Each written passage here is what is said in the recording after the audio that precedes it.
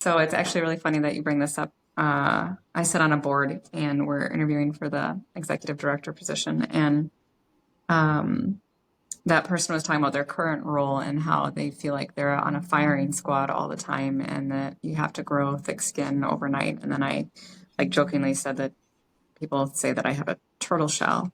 And I tell people that that did not happen overnight, right? I used to take all those things personally. I used to take them to heart. I used to try to figure out how I could make them different or appease people. And I think it comes with time that it's more or less that's on them.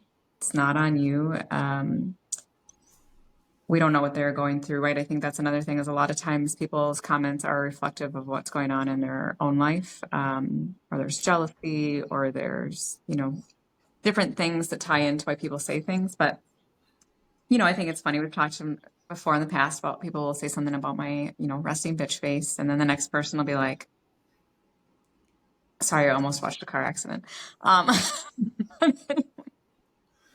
um, People will then say like, I've never seen that. I don't think that. Like, you're the sweetest person ever, right? Or people be like, she's the ultimate bitch. And then people be like, no, she's just standing up for what she believes in, right? So all those opinions are those for people to have, but it's not for me to change who I am or change the way that I do business or the things that I do outside of the office. So I think I think that there's still part of it that maybe stings over time, or I think maybe just gets under my skin of like, why does someone think that they're entitled to have that opinion when it's not true? I think is probably something that's frustrating to me.